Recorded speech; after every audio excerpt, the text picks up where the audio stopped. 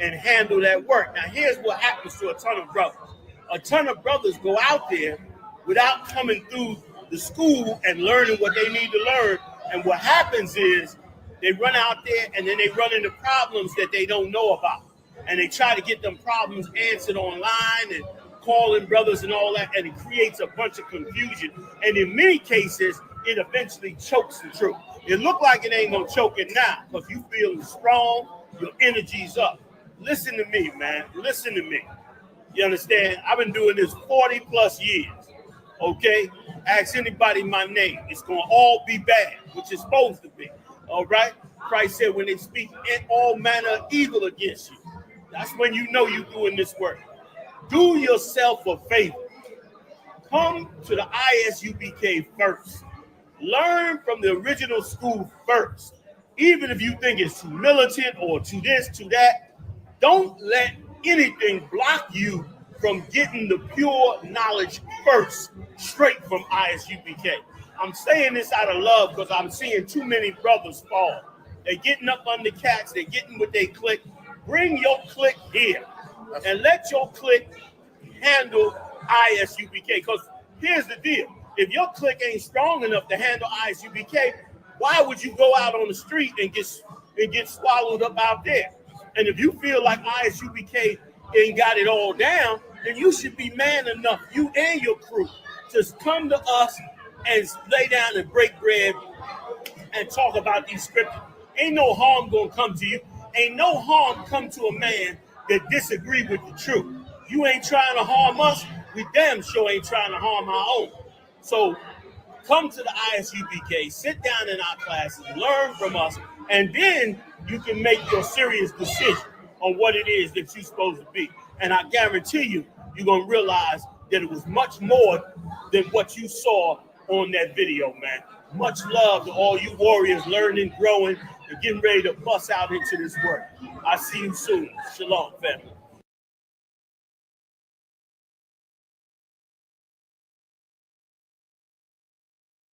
None of this would be possible. Neither will we be in the mindset to carry forward in this mess that is created in this earth. Neither would we ever even understand how we got into slavery, who we was in slavery, or the avenues on how we would get out and get back to our Father. How we would get off of drugs, fix our families. None of this would be possible. Everybody has tried and everybody has robbed us trying. Nobody's gotten it done, especially places like the church and so forth.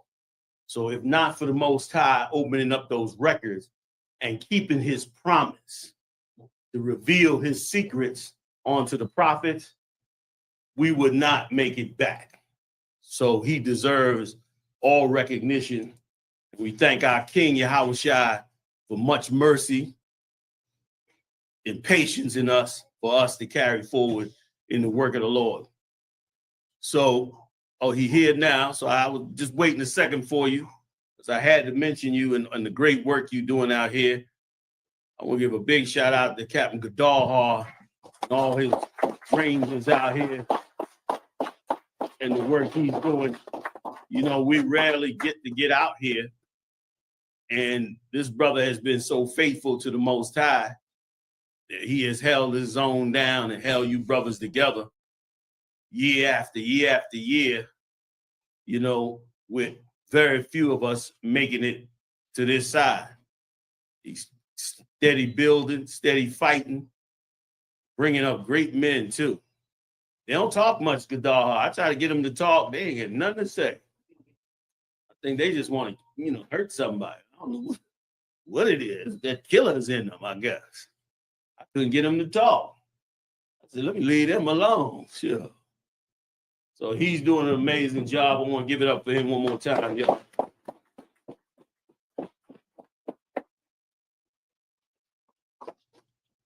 Big shout out to all the heavy hitters that came in from out of town. I see a few of them up in the building tonight. New York, you got Big Yak up there, Captain Jazar Yak in the building. You understand? You got the Midwest Monster. How you doing, brother? Welcome. Come on. You got the Big West Monster Mayhem. He about to be total mayhem. Out of Chicago, Captain Mawakwa, man, holding it down.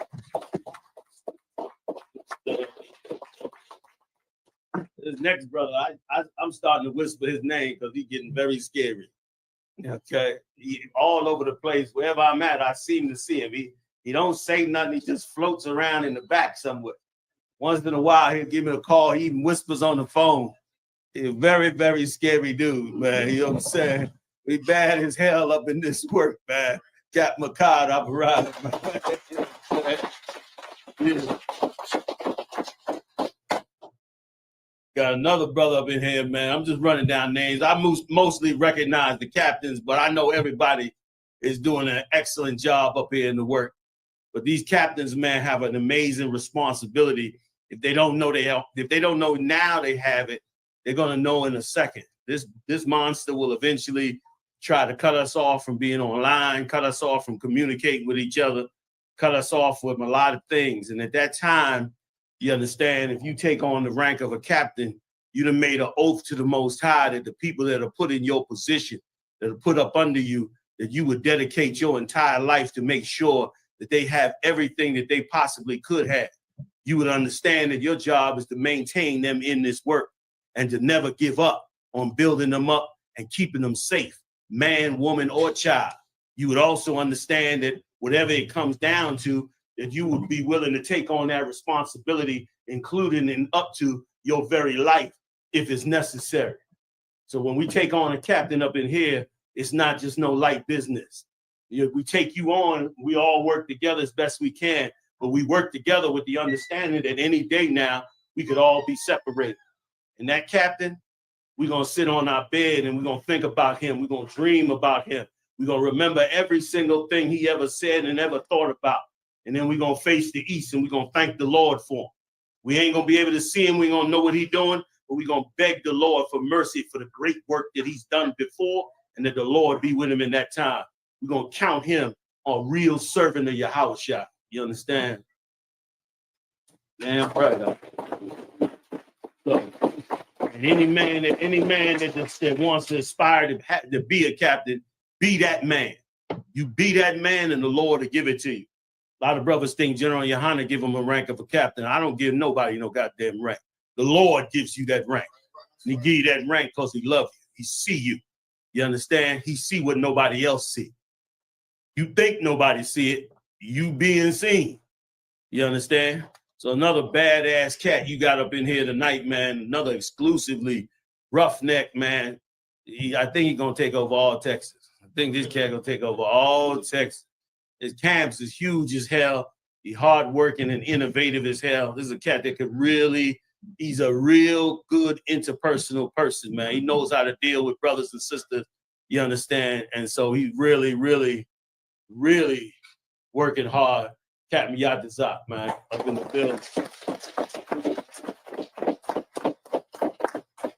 He trying to beat me up about that Passover, bringing it down there. I told him it was in another state. He called me up. He don't even listen to what I'm saying. Yo, I got to show you. Yo, we already ready. Ready for what? We ain't going for what? And I'm telling you, we got that. I had to fight with him back. You know what I'm saying? One more roughneck if I can. Y'all let me get in here. It's my man. Ooh. I'm finna take the baby after the election. I'm gonna tell y'all right now. We're gonna hang out, play, have fun. Another powerful brother, man, working very hard up in the truth, very sincere from a young man. From the days when we was grinding up in DC, we was in hell. I must have been about 110 pounds back then. That's how bad and stressed we was. This badass cat, man, held it down. Him and his whole family held it down with us, man, and kept this camp going. Then moved out to Memphis, right? And now doing stuff out in Memphis. I done put in an order to get you back 3 times. They blocked the order 3 times. I said, man, y'all bring my son back, man. They said, man, we got, that's Captain Sock G, man. Look at that thing. Yeah. So y'all know I always want to give a mention. Like I said, there's so many super bad cats. Really, 5,000s is coming through now, real strong. Other officers, show yourself a man now, man. You understand? The field is about to get real wide open. In about 2 seconds, man, the bottom going to fall out of this kingdom. And tons of people going to break that door in to get in here and get help. And you're going to be the one to do it. I keep saying it because I want you to understand it's going to happen. You know I ain't lied to you. You see everything I said that came to pass. You in it right now, right on up to this day. Mark my words. It's going to be a day where you're not even going to get, you're not even going to be able to get to that far rear door out there. Because there's going to be that many people in here and packed up to that door. Because, of course, what you watching before your eyes is the Lord removing us from this man's hand. And as he removes us from this man's hands, we're going to come together on an amazing level. It's all spiritual. It's written in the scriptures. We could do a whole lecture on it if we want, or a whole class or series of class or whatever. But I ain't going to keep y'all all night. Y'all know I like to talk. But we're going to get into this. We're going to get into all this porn. Y'all ready? I see y'all brought the babies. Y'all didn't think I was going to bring no naked pictures, did y'all? Y'all turn around and say, oh, General Yahanna, he a good dude. He ain't going to bring that nasty shit in here. Brothers in here like, damn, I'm going to see what he got. Nah, I ain't going to. This will be G-rated. Won't be nothing like that coming out, just for y'all to know, just in case anybody was wondering. It won't be nothing like that. But we're going to get it on and get going. I want to real quick before I get into, I want to thank everybody at home that joined us. I heard we got a lot of people online, Marah. So I want to thank them all for joining us, man, and getting in with it. Big shout out to all the other 7 heads that run this school and this nation as well. And big shout out to all the brothers and sisters in here, man, even down to our children, man, for all the great works y'all do and the striving y'all building up with, all right? So with that, let's do a little slavery first, can we? We'll talk about a little slavery and what happened in slavery and how we ended up here where we're at. Whether you know it or not, you probably know it now because of the, you probably, give me the scriptures, you can give me the pictures on slavery. Like, you probably know it now because you're in the truth and you learn the truth.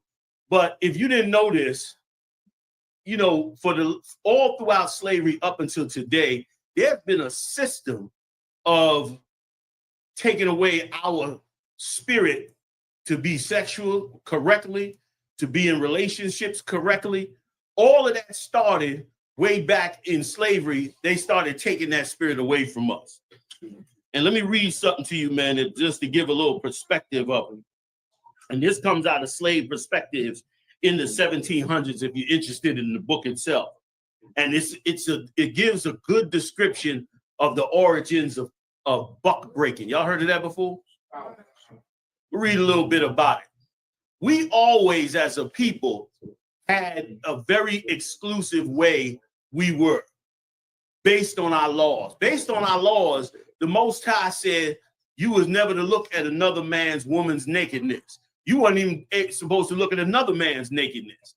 Like, they got us in the lockers half naked. You understand? When you playing sports. I went into wrestling because I didn't like the way the football players were smacking each other on the ass. I'm a Benjamin. I kill you, man. You understand? That homo thing, you don't play that, man. You understand? And they up in there. I wanted, I was a little guy, but I was like, man, I'm going to get that. I went up there, man, they smacking everybody on the behind. I said, man, I can't do that. I'm not going to, because somebody going to do that, and we're going to have, I'm going to bleed somebody on this goddamn field. We're not supposed to be doing that. We ain't supposed to be smacking no other man on his behind, man. And where the hell does it come from? And why does it have to even be in football? Other than some secret sodomites who putting them brothers in tights and doing all kinds of things to harm us. But this kind of thing has always been something they did to us to pull our spirit away from our exclusiveness, man. We always fully dressed the way we dress. We always carried ourselves and our nakedness in a way as the not exploited in the world for thousands of years. And they turned around and took it back. Let me read a little bit. It said they started to make sex no longer sacred to wear down our resistance. Meaning they sat down and said, we're going to use this sex and we're going to wear down their ability to resist us, to fight against us. We're going to use sex to do it. And they're doing it today, which you'll see as I go on. All right? It said, the scriptures say, give me the scripture on the bed is undefiled. Let me keep going. Here's what it says.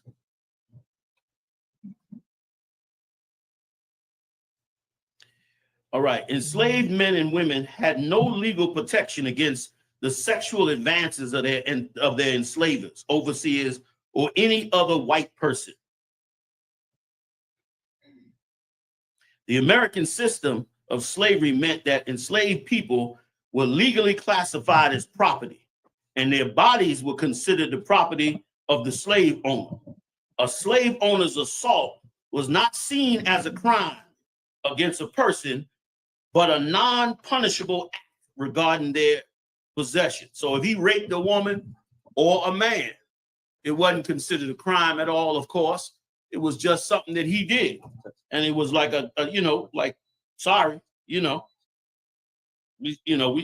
sorry, but he just was in the mood. And so ain't much you could have done about it. Bear with me 1 second. Here's what it says. And this is ridiculous. Just to give us an overview of how this started, how they started to strip this from us and keep us stripped. So let me keep on going.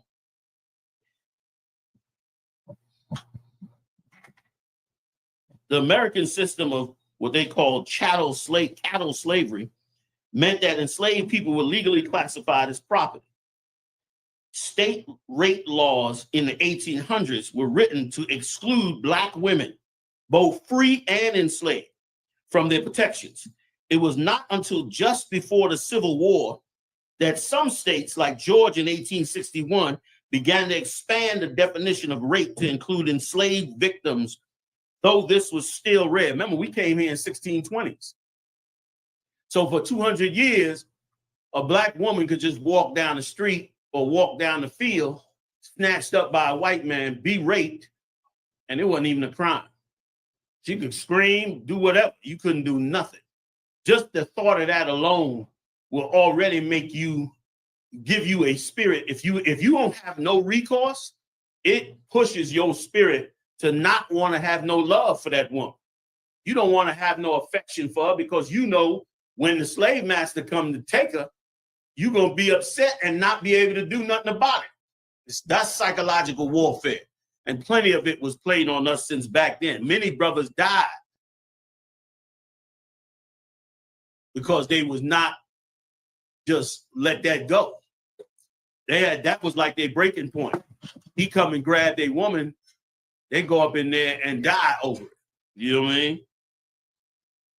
And that's why when we understand this type of slavery and what went on in that slavery, man, we should be big advocates against anything that falls in that direction.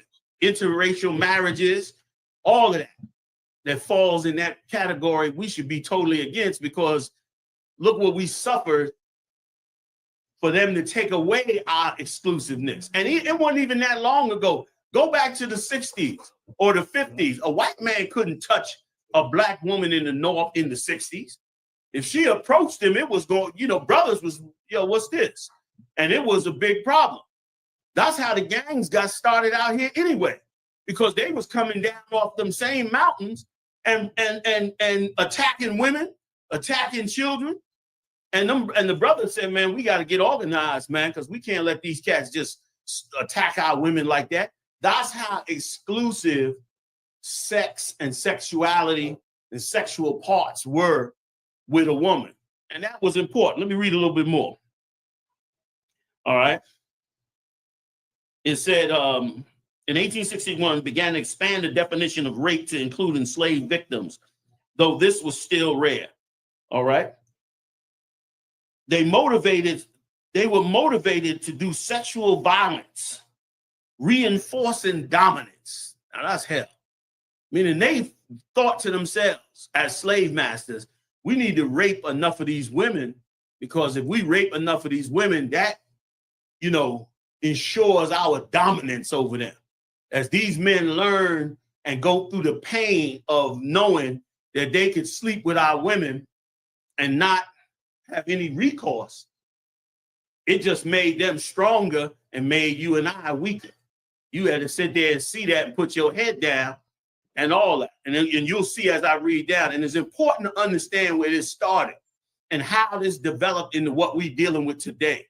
I'm going to get up to everything we're dealing with today. And as we get up to what we're dealing with today, having this in your mind is going to help you to understand that, man, why did we let them take us to this? And let's take ourselves all the way back. Brothers as well have been horribly destroyed by this that took place starting in the beginning. Let me read a little more if y'all don't mind. Okay, reinforcing dominance. Sexual violence was a key tool of control used to dominate, degrade, and dehumanize enslaved people. If you want to control people, you have to take away their spirit to strive for better. I was talking about this the other night on the show. Like, everything that Esau does is for one reason: to do something to that thing that lives in you that makes you strive, that makes you want to be better, that makes you holy or separate or exclusive, that makes you hold self-value to yourself. Those things are the things that he wants. He wants those things because without those things, you can't do anything for yourself. And then you will end up whatever creature he wants you to be when it comes to your sexuality, when it comes to pornography, when it comes to video games, or anything that he puts in front of you that he wants to, absorb your spirit with or control your spirit with. Because let's face it, any addiction, if you got an alcohol addiction, you got to find something in you to make you strong enough to break that addiction, right or wrong. But if you got nothing in you, if your ability to strive, if I train you to fail at everything you do and to never strive and win, to never be better and win, are you going to be able to strive and win to fight this alcohol addiction? Of course not. So I could just give you alcohol then and get you drunk and you just going to fall apart. You're not going to be able to beat that. That's the goal. That's the way to enslave. And even though the chains might be gone and different things are gone, the method is the same. And they now getting ready to reintroduce the method. When they went up there to them houses up on 75th Street on the south side, they went up in there and they just went in the complex. First of all, came with a massive amount of troops. Went in the complex, right? Went all up in the complex and just pulled everybody out of the complex. No warrants. They don't even know who's in there. No warrants or anything. Brought them all out, made them give up their IDs, separated all their children. Now, this is at 4:30 in the morning. Separated all their children while they pulled everybody out the building, asking for their IDs and do they got warrants and all that. Really, that's for demoralization. That's for, once again, you can't win. And as you see that go on, man, clear your spirit. Don't be sitting up in there like, damn, what we gonna do? The Lord is about to do, You've been reading the miracle stories in here? Keep on watching. The Most High about to show you himself. You've given him a reason to come get you. And believe you me, he's coming to get you. You understand? He's coming to get you. It's definitely going down. Remember, just stick to what Christ said. Don't even bow your eyebrows. Don't even flinch at it. No, the Lord's day is coming. And we're going to stay on this fire until that day comes, and we're going to change the tide of the planet. You understand? And if I had time, I probably won't. But I want to tell y'all about that little speech Miller made. Stephen Miller, that little speech he made at the funeral. That boy was out of pocket, man. He was calling on Satan on a real level. But that's a little, you know what I'm saying? Let's get back to this, all right? So they use that sexual assault to dominate not just her, forget about her. Because the Lord said that's like killing somebody. You understand? But also to dominate you so that you will never feel like you have any authority over your woman. You have an authority in many ways, mostly an authority to protect her, which is so natural. That's as natural as drinking water. It's natural as drinking water that this woman I got to protect her. I got to be the strength for her. That's just as natural as it is to be human. They want that out of you. They wanted it out of us in slavery. They've been beating on us and doing things to get that out of us since then. Let me get a little bit more. Economic exploitation. State laws such as the 1662, that's 2 years before, Virginia law mandated that the child of an enslaved mother would be born into slavery, regardless of the father's race. So you know what that means, right? That means a white man can take 20 black women, rape all 20 of them. They have kids, and even though the kids looking white or whatever they look like, them kids all get to go into slavery. He just increased his slave litter 20-fold. Now you do that, he do that once or twice, 3 times a year. I mean, 1, 2, 3 years in a row. He might increase his slaves 60-fold. And they'll all be halfway loyal to him because he their daddy. But they'll still be considered slaves.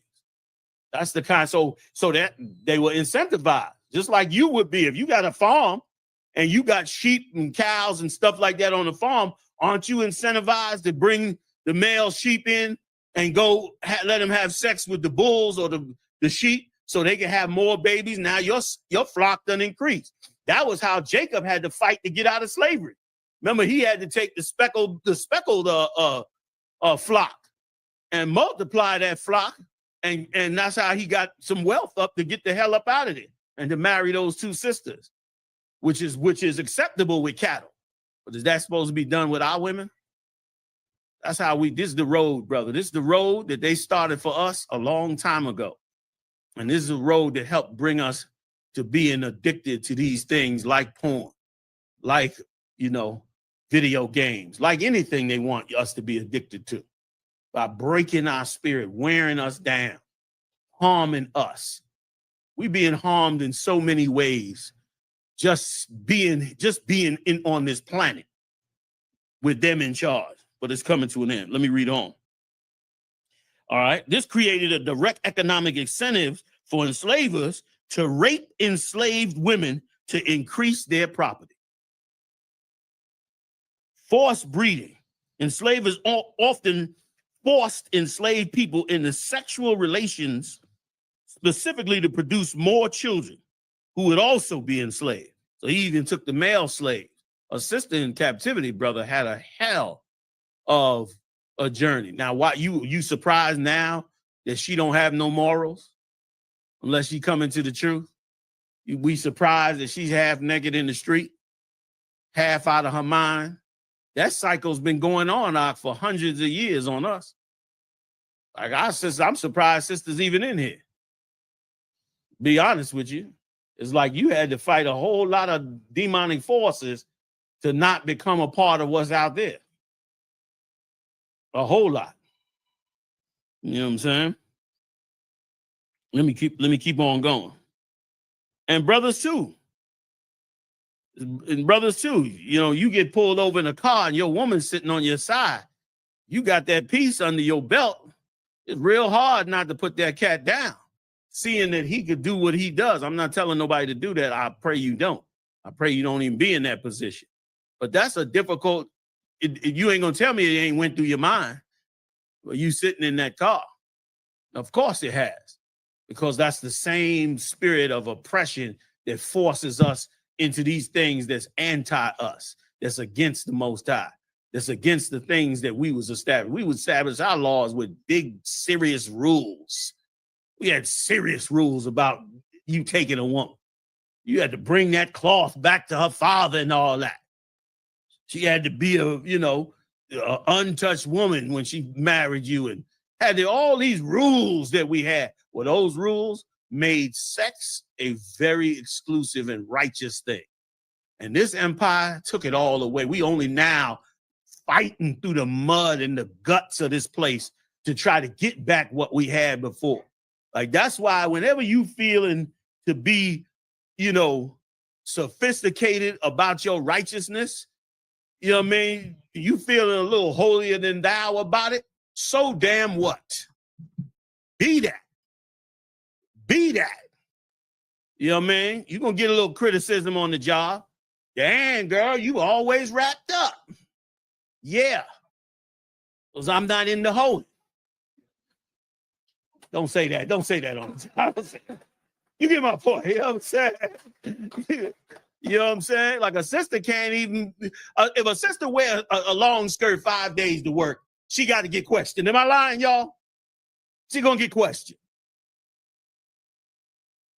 Same if you ain't hitting on her on the job. Some cats need to be put to death on these jobs. You know what I'm saying? But it's a part of the whole thing. And that's why it's important for us. It's important to put that inside you. We put everything inside us that, you know, feel good, but hurts us and harms us. Because that's what we've been trained to do. We got to start to put some stuff inside us, man, that do so much for us, but oftentimes feels like it does not. You understand? The scripture said, be not grievous over the Most High's laws.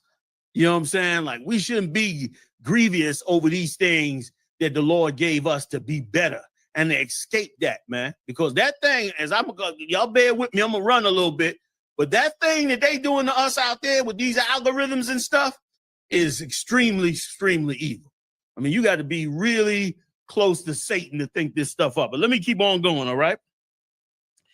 All right. The psychological and emotional trauma. Enslaved women were assaulted, often experienced deep psychological and physical trauma. And that go on today. A lot of weak-ass men are child molesters. Don't have the strength to go out there, don't have the wisdom to go out there and go talk to a woman and build a relationship and function, you understand, with a woman. So turn to the only thing, the most basic thing they think of, which is violence, which is, harm her. And here's the thing. You get it from your slave master if you have it. Those of you not in here, of course. You understand? And the problem with it is, you understand, your slave master is spreading himself all out over the kingdom. And as he does, what you think is going to happen? He's going to go to his basic thing. And here's the thing. A rapist don't have to give none of his self emotionally. He don't have to, he don't have to care about this person, which is what he wants. He wants to be an animal. He wants to keep that animal. And as a result, he'll damage a sister who now has to be a part of us because she's our sister and bring that trauma right up into our world. That just takes another notch out of us as holy people and exclusive when it comes to things like sex. We had clear rules about it. And they were beautiful, man. And they still are. They're going to be beautiful again. You understand? Let's keep going. All right. I'm running a little bit. Psychological and physical trauma made worse by their powerlessness to protect themselves or their children. You think it wasn't child molesters when we was in slavery? You better believe there was. This is why we got to get rid of these people, man. It's why the next kingdom got to be crisis, and they can't have no parts of it. Like the scripture said, they can't build no city, do a damn thing after this. Let's go on. Sexual exploitation was incredibly destructive to the marriages and family bonds of enslaved people. Enslaved men were often unable to protect their wives, leading to feelings of emasculation and powerlessness. That's what I was talking about earlier. Now, remember now, you know that children mimic parents, and then they become parents, and their children mimic them. So it's very easy for the wrong thing to become part of your family line. If your grandfather committed suicide, your father is going to be hard pressed not to commit suicide as well. Oh, I didn't even see you, General. Shalom. Salaki. I'll get to y'all on the break. It's going to be hard for him not to be caught up in the same thing. And then guess what? It's going to be hard for his son not to be drawn for that. If your grandfather was a gangster and a gangbanger and you read all about him, it's going to be hard for your father not to be. Hard for him not to be. Same with your mother. Your mother coming out of captivity, 3 generations of a woman that been raped. It's going to be hard for her to not carry certain scars that make her behave in certain ways, and then turn around and behave, and you grow up and behave in certain ways. And sometimes we don't even see all the effects that happen to our women. You got a lot of women that walk around out here that can't be affectionate to their own sons. You know why? Because either they've been assaulted or neglected, or some other horrible thing has happened to them that they can't now turn around and extend no affection to the very child that come out their womb. You understand? That's what this kingdom does. And that's how this kingdom has started to walk us in that direction, to lose our soul and not be a people. That's why the Most High is everything. The Most High gave us these records, made sure we kept these records, and made sure he raised up prophets like yourselves and daughters of Zion like yourselves to make sure, to ensure that these records get another chance to be brought out and that Christ gets to get the kingdom that he lost his life for. He died for as an innocent man. You understand? So that your innocence, your righteousness, those great things that you had that was stolen from you, that you didn't even know was stolen from you. You was born into the world of where stuff was stolen already. So by the time you get up on the mat and then did the things you did, you think it's just you. No, it was already done to you. And guess what? Now the Most High is going to open that door to give us that back. And we're going to get damn right. And we're going to get past all of this. You know what I mean? A little bit more, right? I got one more section and we're moving on. All right. Some white women, y'all know where I'm going. Yeah. Now you know why them bras be going crazy at you, want to block your car, argue with you. Yeah, I'm finna give it to you right now. Remember, she got 3 generations. She was raping your granddaddy at 12, full of testosterone, twice as much rod as her man, strong as a bull from working in the field. And then her daughter saw that and she went and got some. Her daughter saw that and she went and got some. And then somebody gave y'all civil rights and you stopped giving some, and now you wonder why she mad. You know, man, she want a buck for herself too. Some white women, often the wives of enslavers, punish the enslaved women who are victims of their husband's abuse. Not on top of it, not only did the sister have to go through that abuse, then the cat's woman, he go out to work, she come in there and beat the hell out of the sister for him even wanting the sister. She blamed the sister, which is just like an Edomite, because of course he's not about justice. He's just about winning, like they brought out in that Charlie Kirk wedding. They don't give a damn about just. They give a damn about win. And that's a God that they worship. And brother, that God is going to die by the hands of Yahweh Ba'ashem Yahushua. He's going to die. Because the Lord already won. He's about justice. He is about what's right and wrong. That's why he sit on the judgment seat. He ain't got to worry about winning. He already won because he made the win. So he's only worried about making sure justice is right in this earth. And that's why they're going to get dealt with for their injustice. So let me finish real quick. So she punished that woman for her husband's abuse. In some cases, they would enact their anger and frustration on the enslaved woman rather than confronting their husbands. And let me tell you something else they used to do.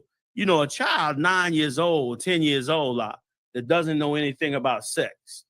He's working out in the field, started out as a boy. He see who's in power. He's following his slave master. He's doing what he got to do. His daddy is right there training him to never come up against that slave master.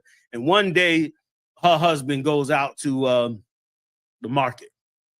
And she come out there and say, send that boy in here. And you better not say no for what you need him for. She's the slave master.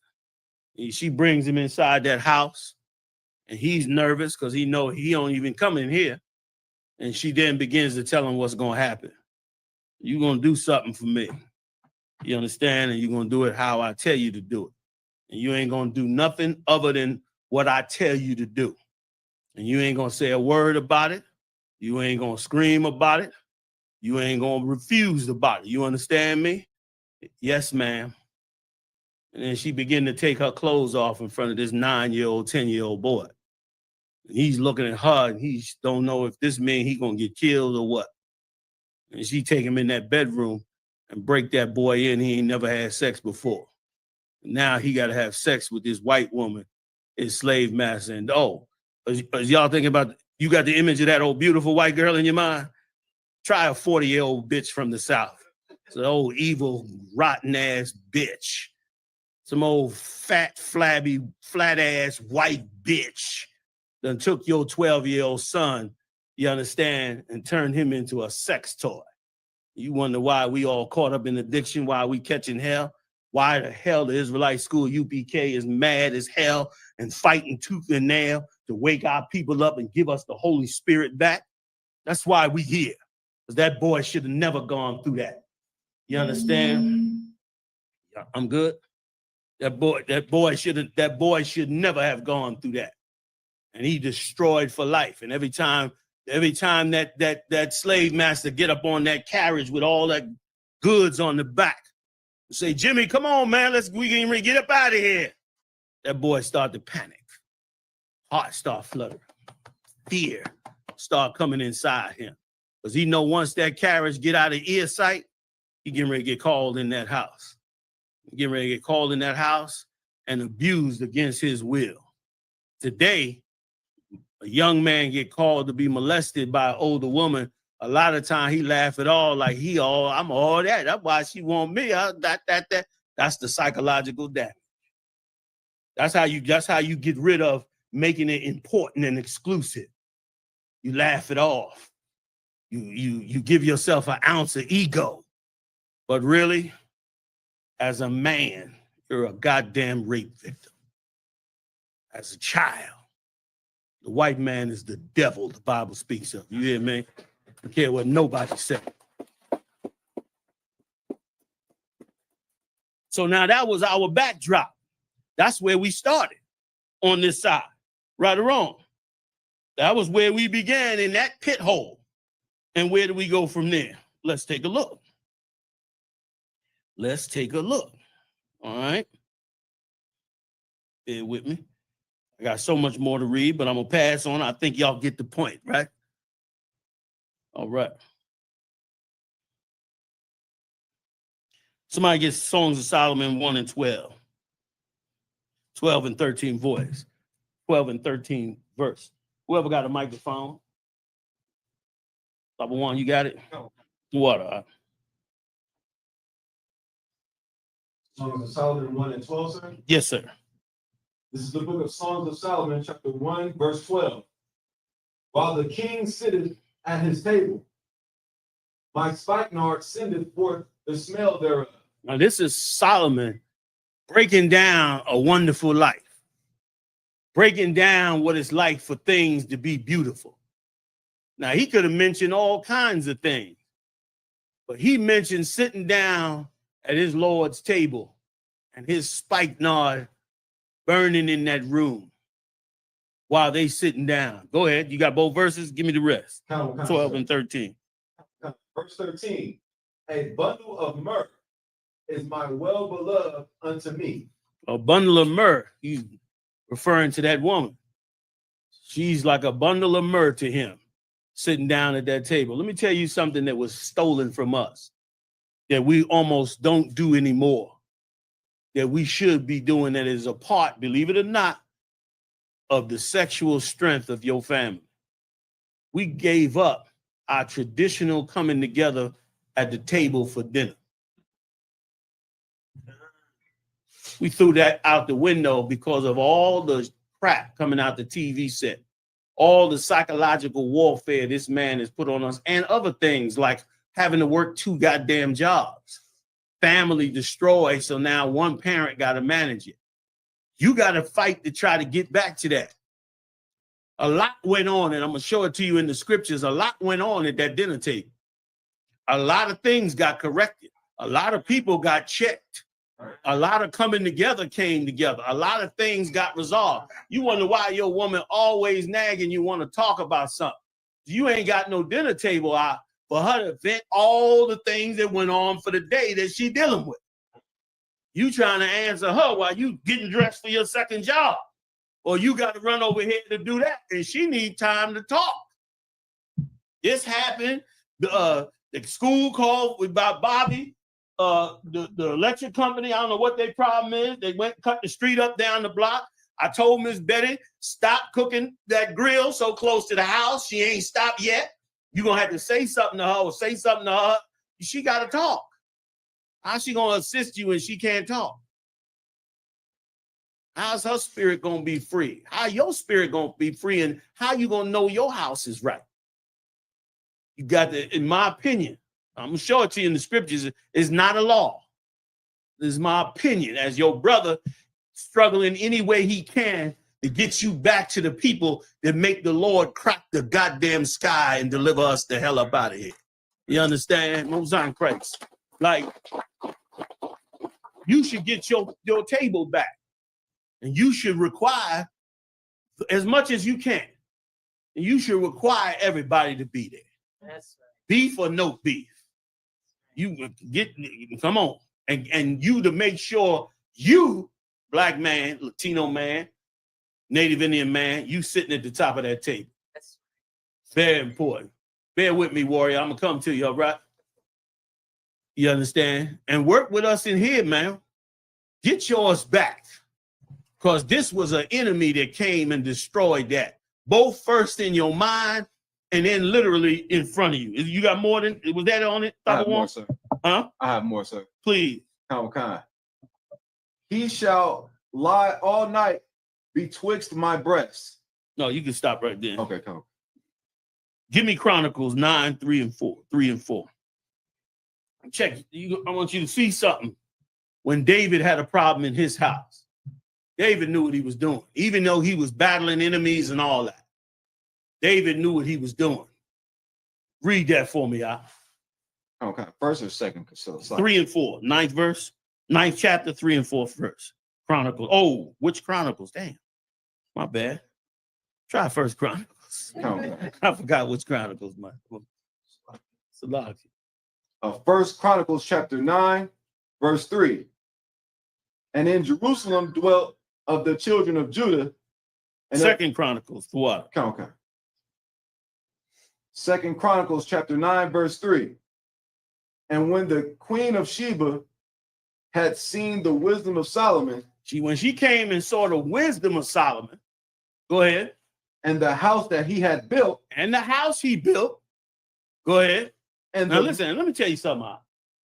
You get deep on these scriptures. What he's getting ready to give you is a blueprint to start your manhood. What he's giving you is a blueprint on what to look for. Now read it one more time. Let's read it with some understanding. Check this out. Now this is a Queen of Sheba. She's wealthy, powerful. She rules all of what we call today Yemen. That's her territory. She ruled it all, right? Came up to see Solomon, a cat 10 times badder than her. Now read that one more time. Kind. Second Chronicles chapter 9, verse 3. And when the queen of Sheba had seen the wisdom. What's the first thing she saw when she got up there? What she put first on her list? Wisdom. The Lord said this knowledge of this truth is going to be your wisdom. It's going to give you the tools to fight any porn, it's going to be, so beneath you. If you take on these scriptures and this knowledge, y'all come on in, man. Y'all ain't got to stay out there. You understand? Like, it's going to be so beneath you when you add this wisdom inside you. When you start with wisdom, that should be in our whole nation. Wisdom's supposed to be what we start with one another. You understand? Ain't no sister supposed to want no dumbass cat. And ain't no dude supposed to want no dumbass woman. And if you end up with one, teach her. You can't leave her. You got it now. Don't get mad at her, scream at her. Just once in a while, you go down and say, "This is a dumb motherfucker." Don't let her hear you now. You don't want to crush her. She didn't mean to start out that way. Sisters do it. The sisters know how to do it. They see your dumb ass up there talking. One of them comedians had a beautiful skit about it. She said when he get up and say he want to be an astronaut, he want to go to space, tell him, yeah, baby, that's a good idea. Give him his lunchbox and send his dumb ass to work. Like, we gotta fight for us. You know what I'm saying? Wisdom's supposed to be on our table first. I need a woman that got some wisdom because I don't need her to make a mistake with some knucklehead talking in her ear. And she don't need me to fall for every fast ass that come up the block that's about to give me a package I can't never give back. You understand? And then again, how you gonna raise kids and you got a dumb broad or a dumb husband? And when I say dumb, I don't mean educated. I ain't got no degree, so you know I don't care. I ain't on that. Always is good to get your education. Get educated. Get your degree. Get your higher degrees. But you got to get the knowledge that come from the Lord. Or it don't mean anything. It's an empty bucket without this. Because this is what they not going to teach you. You understand? You can have a PhD, you still not going to raise your daughter right unless you put this in her. You still ain't going to raise your son right unless you putting this in him. Regardless of that, get your education. Use it. It's a good way to make money. And it should be looked at like that. I'm gonna get this degree because I'm going to make some money. But don't look at that as your wisdom and nor get puffed up with it. This is what's going to stop. You got PhDs, they on porno all day. Looking at naked behind all day, right or wrong. So you need this. You need the Lord. You need your Father in heaven to be with you in all that you do. So let's keep going real quick. Was that it? Is more? Okay. First thing he saw was wisdom. Then he saw the house that he built. All that he put together. How he built it up. His men, his wealth, his everything that he did. Go ahead. Kind. Verse 4. And the meat of his table. And the meat of his what? Table. Why did she mention the meat of his table? What's the meat of your table?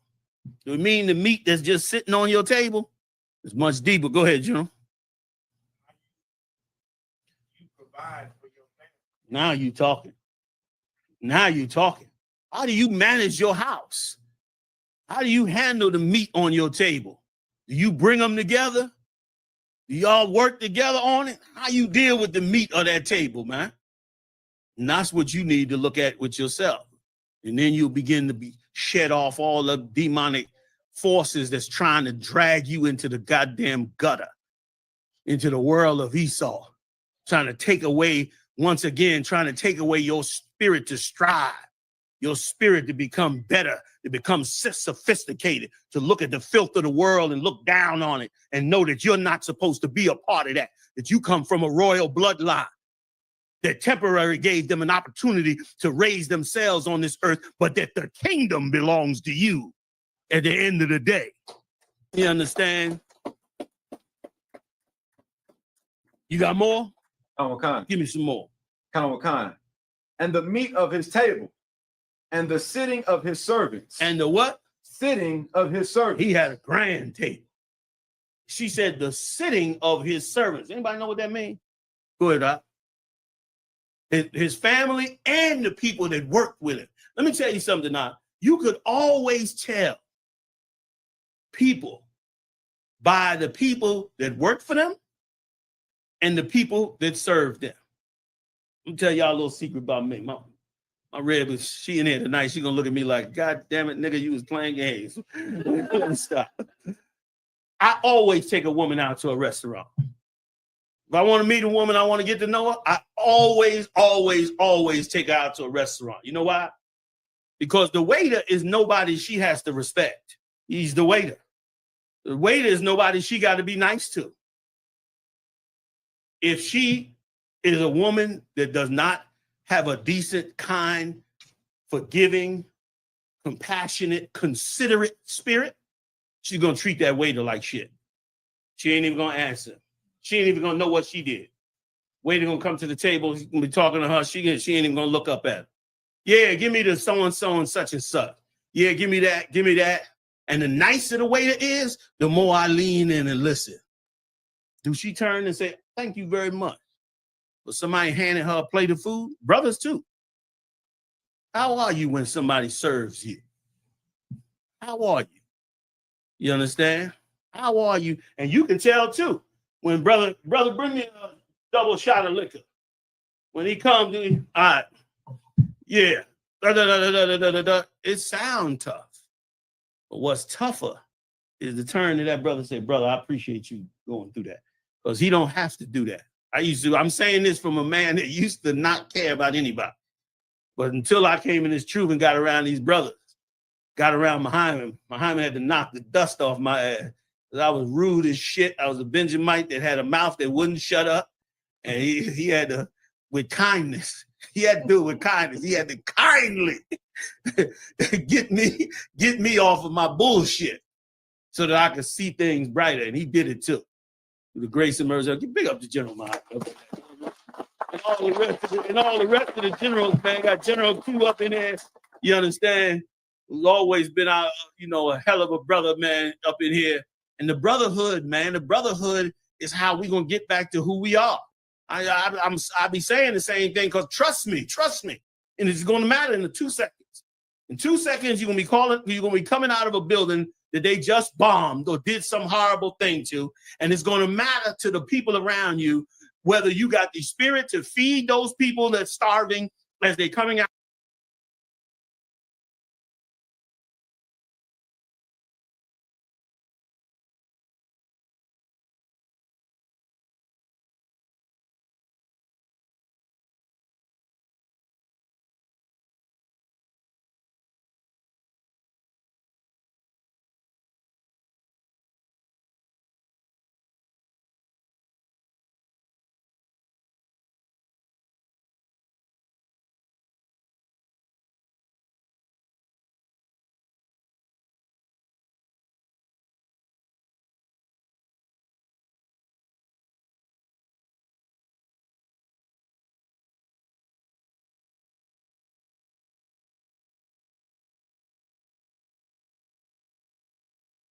Shorten yourself. You lazy. I'm telling you just like it is. You lazy. If you ain't the best at camp, the best at your scriptures, and not best against another brother, the best against you. I don't compete with him. I compete with me. You know what you short of when you get up in the morning. Everybody know. There ain't nobody. You lie. You might lie all day, but you ain't lying to that nigga you wake up in the morning with. He know the minute you open your eyes, nigga, you ain't taking A, B, C, or D. So you can't lie to him. Go be the best. And we'll shed the porn and all that. I'm going to get more into it because I know, I like to get on my things. So I'm going to get more into the details of what we dealing with. But we got to be the best in it. You understand? And so that's why I do what I do that when I meet a woman, I take her to a restaurant. And I watch how she handles people that she don't have to be nice to. I watch her among brothers. How is she when a brother just routinely hands her a plate of food? Is she thankful? Or does she think, yeah, okay, thank you? Or, or does she think it's something she's entitled to? If she think it's something she's entitled to, we're going to have a problem. You understand? Because the lowest man in here bring me a drink. He getting, thank you, I appreciate it, salakia. Yeah, he getting all that. Because he don't have to do that. And if he do it, he's strong. That person that does that's willing ain't nobody got more power in this room than me, do they? If they do, let me know. Raise your hand and hold your peace. I guess not. So I ain't got no reason to humble myself down to somebody that does something to me. You understand? You under orders by the Lord to do what you do. And at one time I thought that meant you supposed to do what I say. And I had to find out the hard way. That's not true. I found out the hard way. You better be best. You better be good enough for somebody to do that too. You understand? Don't act like you deserve it. Christ told us. We was in Jerusalem talking shit to Christ. And Christ turned around and told us, say not that you the children of Israel because you the seed of Abraham. Like, don't be puffed up. He was trying to let us know. You understand? You're going to blow the kingdom thinking you got the kingdom. That's what Christians do. I'm saved. Evilest niggas on earth. You understand? That ain't us. That don't come out this. I ain't never read that in here. You understand? When Saul went to David, man, went to the men in Israel and said, whoever fight Goliath, I'm going to give him my daughter. Now, his daughter is wealthy. He's over the whole kingdom. Whoever married this woman is not only he getting a woman, he getting ready to become rich and get a woman. And the men told David, man, you need to go on and do that. David said, you think it's light to be the daughter of a king? It was cold, boy. It was cold-blooded. Now, he just fought a lion and a bear. He knew he wasn't scared of Goliath. He said, who's this uncircumcised beast? He looking like, ooh, I get a shot at this? This cat got to get smoked? Okay. He let them, y'all going? No? All right, I'm going. That's how he was. Remember, his brother said, man, I know it's how thou art, and thou art a busybody. Like, his brother is mad because he coming up to the battle with the food like this. Send y'all some sandwiches. Y'all ain't been out yet. Y'all still in the oh, well, what's out? Oh, circumcised. He fucking with him all day. That's how he was. But when it came to his dignity, his self-respect, his honor, you understand? All right, it's time to get serious now. This brotherhood, that's the time to get serious. Sisterhood, that's the time to get serious.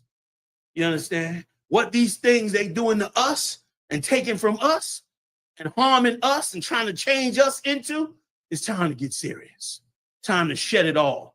And the key to the kingdom of heaven, the key to us getting in that kingdom is convincing the Lord that you are righteous just enough to be worthy for him to come get you. If you could do that for him, he coming to get you. He dying to come get you. All you got to do is give him the reason to come get you. You do it every day. Your kid act up, man. You beat his ass, send him to his room. You hear him up there crying. You just sitting up there waiting. He come out 3 hours later. Daddy, I'm sorry. I know I shouldn't have did it. You told me not to do it. And you about ready to cry like a baby. You about ready to bawl out crying like a baby because you so glad it's over. You get back to loving him and working with him and teaching him. That's what the Lord doing with us. What are you waiting on? And we're going to break this porn and this video games and all this bullshit they using against us. We finna crush it and crush it in our people and get back to our status. Get back to our seat. Okay? Let me get back to it, all right? Was that it, 501? We got more? There's more, sir. Okay, the water. Go ahead. 2 Chronicles 9:4. And the meat of his table, and the sitting of his servants, and the attendance of his ministers, and their apparel. She saw all that in Solomon's house. Go ahead.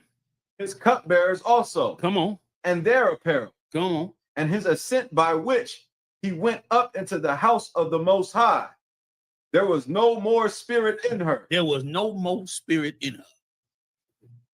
Now I want you to translate that into you.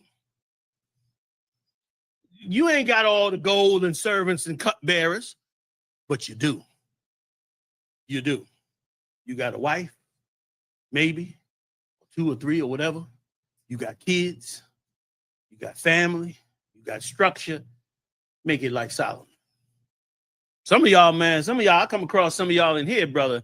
I get around you and your family. I'm like, this brother got it together. I might not say it to you, but trust me, I'm very observant. I see you, man. I see how you handling your stuff and how your kids act and how you are and how your rib work with you. I watch it. I catch every time Eve say some bad shit to her husband. Y'all know, I get it. I catch it every time. I be like, she need work. I don't say nothing. She be all right. Give her another year. She be right. But then sometimes, some of y'all, you down with your husband. He like, baby, come on, we gonna get ready to go, get the kids, I'm gonna get the bags, you understand? We gonna jump in the car. She like, all right, don't forget to this, don't forget to that. I'm like, they trying to work. They trying to be right. They trying to be better than this shithole they put us in. Brother, that's worth everything to us. All right? That's everything to us. That's it on that, Go ahead. You want verse 5, sir? Please, if you got it. Khan. And she said to the king, it was a true report, which I heard in mine own land of thine acts and of thy wisdom. Howbeit, I believed not their words until I came and mine eyes had seen it. Brother, that's what you want. You want that rep. That was rep. She heard it, but thought it was impossible. Got there and saw that it was more than she could even realize, and had to tell him, I recognize that rep. Brother, that's a great gift from the Lord. Spread that gospel in such a way that you become a force against pornography, video games, addicting brothers and destroying them and sisters too.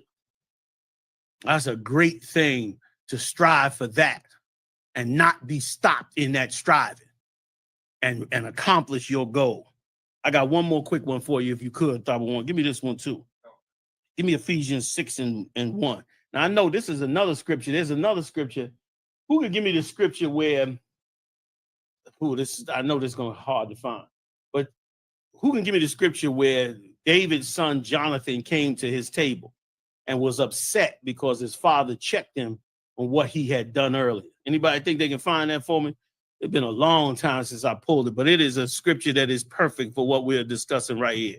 So if anybody want to take a shot, it's when his son came to his table. You got it?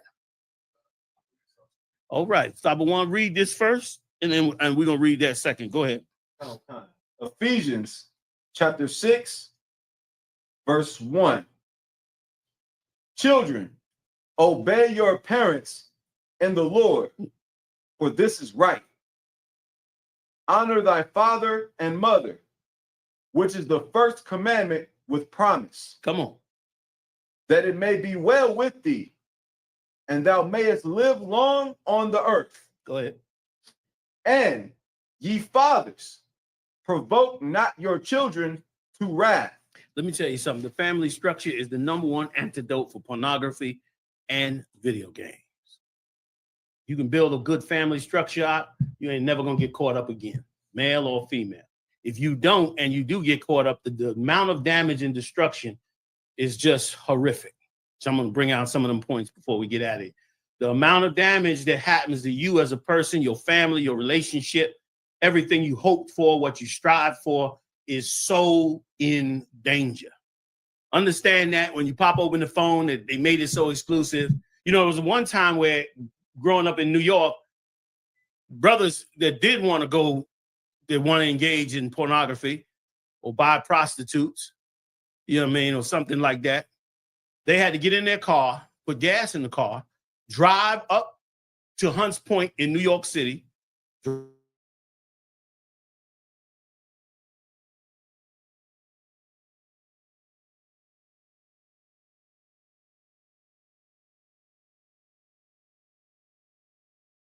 got a little better. The hoes start moving into the neighborhood.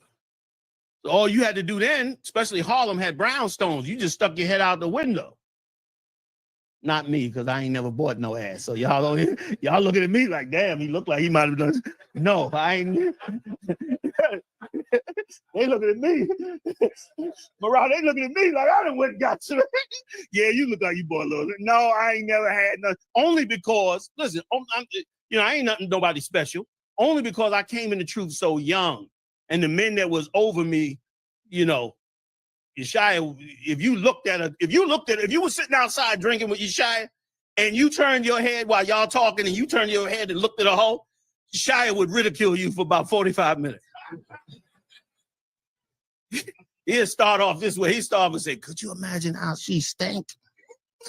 Now you fucked up. You feeling bad already. Like, God damn, why I even look? Then he say something like, I thought I saw something dripping in her pants. He'll fuck you up bad. But by the time she get to the corner, you don't want nothing. You don't even want no legitimate meat. By the time he get to the corner, all you want is another drink and going to bed. You know what I mean? That's what he would do. And that was out of love. Big shout out to Chief Head Priest, you shot. You know what I'm saying? Like, that's what he would do out of care for you. You know what I mean? He knew he couldn't take you straight on. And he tell you, something, and you'd be bucking back. Well, I'm a man. You know what I'm saying? I can look at some meat. But he also knew how dangerous that was for you as a person. Y'all brothers want to give up some seats? You got a couple sisters that came in. Y'all got enough seats back there? Oh, you got one up here? Go. Yeah, there you go. Yeah. I think they're good. I think they're good. You got one sister with the baby. Y'all come on in. Yeah, so you can slide some up. You got a little room up here. We got plenty of room all the way up here. Some of y'all brothers want to just slide a chair over here or something, or even on the podium. It don't even matter. I think there's a chair back there or something. All right, whatever works, all right? So, so that was a part of us trying to, him trying to convince you to get on the right, the straight and narrow, and we should be the same way, all right? We should be the same way. That one, you got more? Oh, okay, sir. Go ahead. Ephesians 6:4. Wait, before you go to Ephesians, you got that one you think you have with David? Give it to me. Tell him where you at. Water. This is the book of 1 Samuel, chapter 20, verse 34. Let me hear. So Jonathan arose from the table in fierce anger. Give me the verse above it. Yeah, you good. I pulled some scriptures to God. You got some hands up there, man. You got to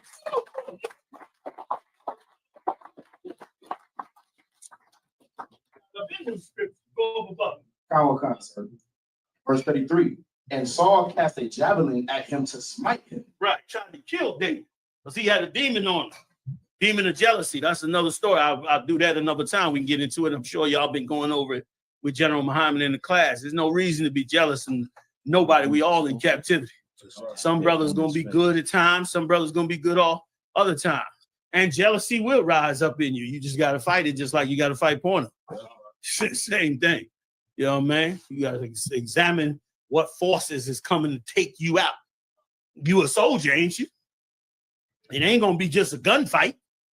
There's going to be forces coming from all kinds of things to take you out, including jealousy. Go ahead, Op. Oh, God. Whereby Jonathan knew that it was determined of his father to slay David. He knew. Jonathan knew. I thought it was David's son. It was Saul's son. Go ahead. Verse 34. So Jonathan arose from the table in fierce anger. Go ahead. And did eat no meat the second day of the month, for he was grieved for David. That's right. He was grieved because he thought this cat, his father, might have really gotten David. Where was they at when this happened? Read it again. Go ahead, Q. They was at the table. Yeah. They was at that place where shit gets resolved. They was at that place where your real feelings gonna come out. Parents always talking about, man, I try to talk to my son. He don't never talk. Because you talking to him somewhere where he don't need to be, he ain't gonna talk. Sit his ass at that table every week. Watch how he take his food out that plate his mama had. And look at how his mannerisms are. And look at what he's saying and doing. And tell him to put that goddamn phone away. He at his father's table. And then make his mama say it to him right after. Let his mama be like you ever be on a Navy ship where the captain say, batten down the hatches. First officer come right behind him. Batten down the hatches. You got to go right after him. Boom. Reinforce it in you. Shut down the mess hall. Shut down the mess hall. Right after. Make sure you know this shit is straight up and there ain't no breach in between these lines. Let his mama come behind him right after. And let that man grow up into something special. And he'll talk about what's bothering. Or he'll show it to you by getting up from that table. That table helps against things like this evil goddamn nonsense coming through our phones. You, if you can, as best as you can. You fighting jobs and hours and bad food. dangerous neighborhoods, you know, terrible bills, enemies all about, trying to be righteous to the Most High.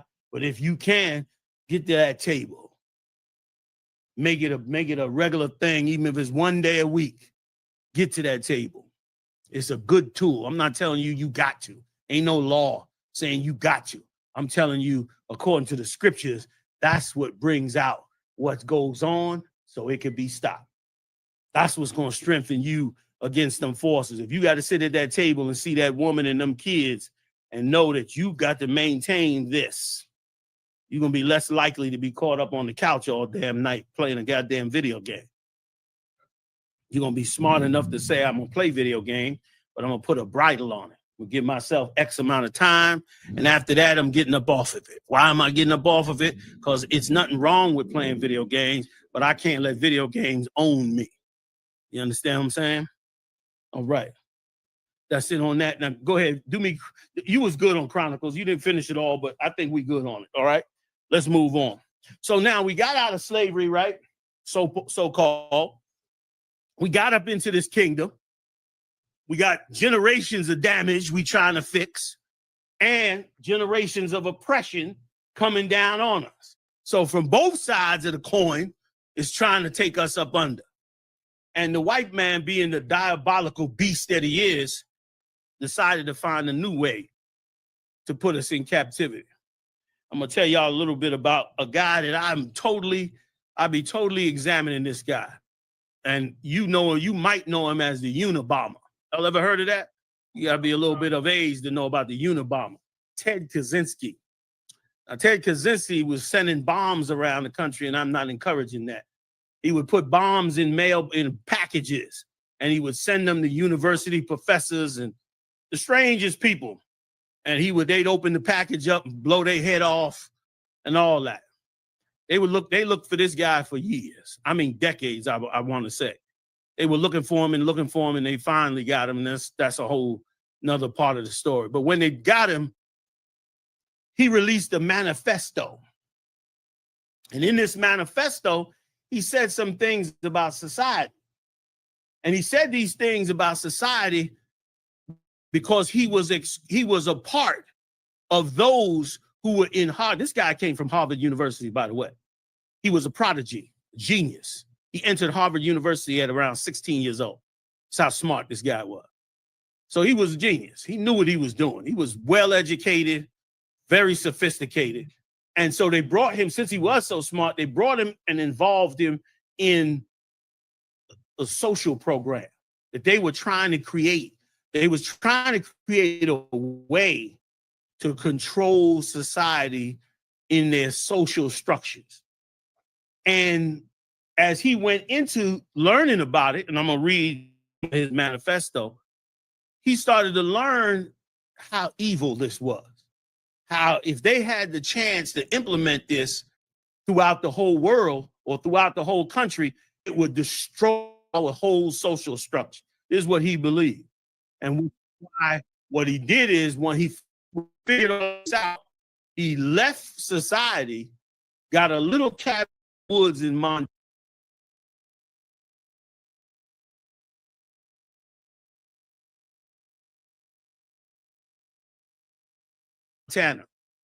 And from that tiny little cabin with no running water or nothing else, he began to build bombs.